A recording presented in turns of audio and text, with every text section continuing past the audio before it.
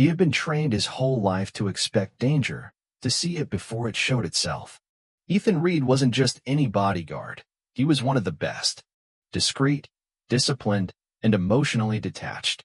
He had worked for diplomats, CEOs, even royalty, but he never imagined that the assignment that would change everything would involve a girl who didn't seem to want protection in the first place.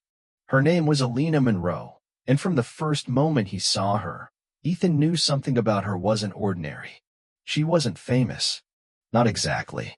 She was the daughter of Arthur Monroe, a reclusive billionaire who built his fortune in biotech and pharmaceuticals. Arthur had made enemies, lots of them. So when an anonymous threat came in cryptic, bone-chilling, and specific, Arthur didn't take chances. That's where Ethan came in.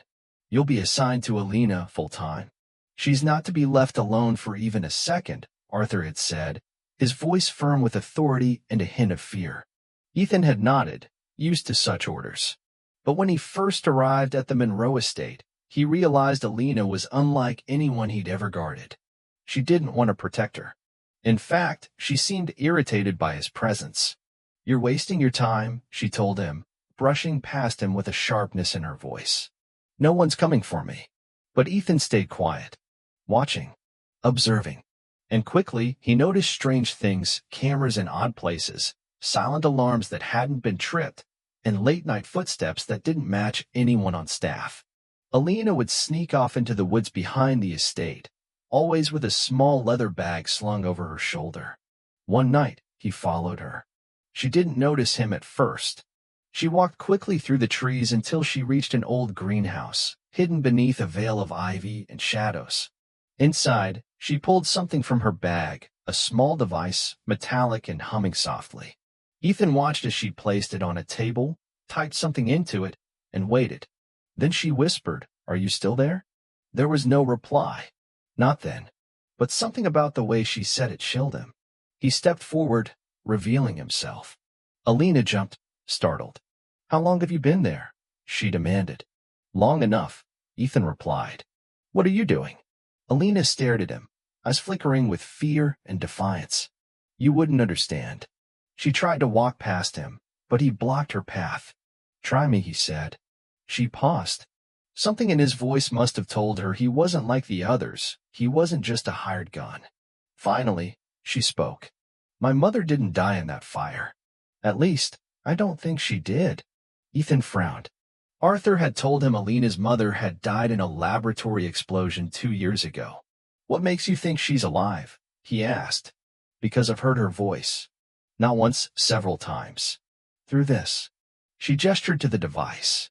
She was working on something big. A neural transmission chip that could link minds, emotions, even memories. It was experimental, and she said they were getting close.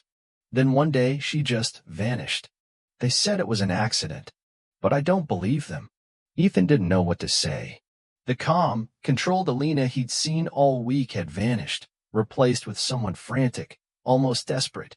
"You think your father's hiding something?" he asked carefully. Alina looked at him. "I know he is. And I think he hired you not just to protect me, but to keep me from finding out the truth." Ethan wanted to dismiss it, but there have been too many oddities. Locked doors in the lab wing, Arthur's paranoia, and now Alina's claims. He made a decision then, a dangerous one. He would protect Alina, but not just from outsiders. He would protect her from the secrets in her own home. That night, they went back to the greenhouse. Ethan helped her hide the device beneath a false panel in the floor. "We'll get proof," she said, voice trembling with a mix of hope and fear. Over the next week, Ethan started digging. He checked the estate's blueprints, monitoring logs, employee records. And slowly, a picture began to form, one of manipulation, surveillance, and silence. There was a basement level not listed in the official maps. It wasn't used for storage. It had restricted access, protected by biometric locks. Only Arthur and a few select scientists were allowed down there. Ethan found a way in, bypassing the security with a risky override. What he saw below shook him. Rows of servers, tanks filled with a glowing fluid, and monitors displaying neurological activity. In one chamber, he found something he never expected, recordings of Alina's voice, responding to questions. But she had never spoken those words. The timestamps showed the recordings were recent, just days ago. When Ethan returned to Alina, he told her everything. She didn't cry. She didn't scream. She just went silent. Then she said, "She's not dead. She's being used." That night, alarms rang out across the estate. Arthur had discovered the breach. "Get her out of here," a voice screamed through the intercom system. Ethan grabbed Alina's hand and ran. Guards pursued them through the woods. Gunfire lit up the trees. Ethan took a hit to the arm but kept moving. They made it to a road and hijacked a car, disappearing into the night.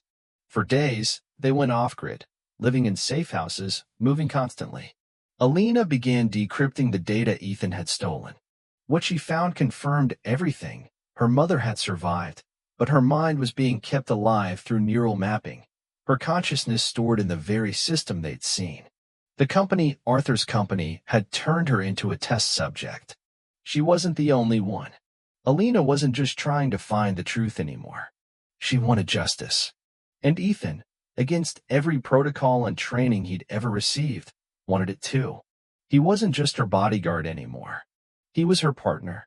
They went to a journalist Ethan trusted, someone who'd once been a war correspondent and wasn't afraid of the dark. Together, they prepared to leak the files. But Arthur struck first. The journalist disappeared. The safe house was compromised. Ethan and Alina barely escaped. "He won't stop," Ethan said. "He's willing to erase anything that threatens him. Even you." Alina looked at him, her eyes full of fire. "Then we stop him first." With one final plan, they hacked into the company's mainframe during a press conference Arthur was holding. Live on every screen, Alina's mother's consciousness spoke, broken sentences, but clearly her. "Alina, they lied. Still here." It was enough. The world erupted. Investigations launched, protests spread, stock prices crashed. Arthur Monroe was arrested. But the victory was bittersweet. Alina's mother couldn't be recovered. Her body was gone, her mind only fragments. Alina stayed by her side, by the servers, every day for weeks, whispering stories, reading books, hoping some part of her mother still listened. One evening, as she read aloud, the screen flickered and a single sentence appeared. "My brave girl." Alina broke down. Ethan held her as she wept. He had been hired to protect her body, but ended up guarding her soul. He was never the same after that. Neither was she. Months later, they opened a foundation in her mother's name, dedicated to ethical science, transparency, and the protection of those who couldn't protect themselves. The world moved on, but Ethan and Alina never forgot. What started as a job ended as a journey that changed them both forever. He had expected bullets, danger, chaos. He hadn't expected love, or truth, or the weight of secrets too heavy to carry alone. But when it came to Alina, he would have done it all again. Because somewhere along the way, she stopped being a mission. She became everything.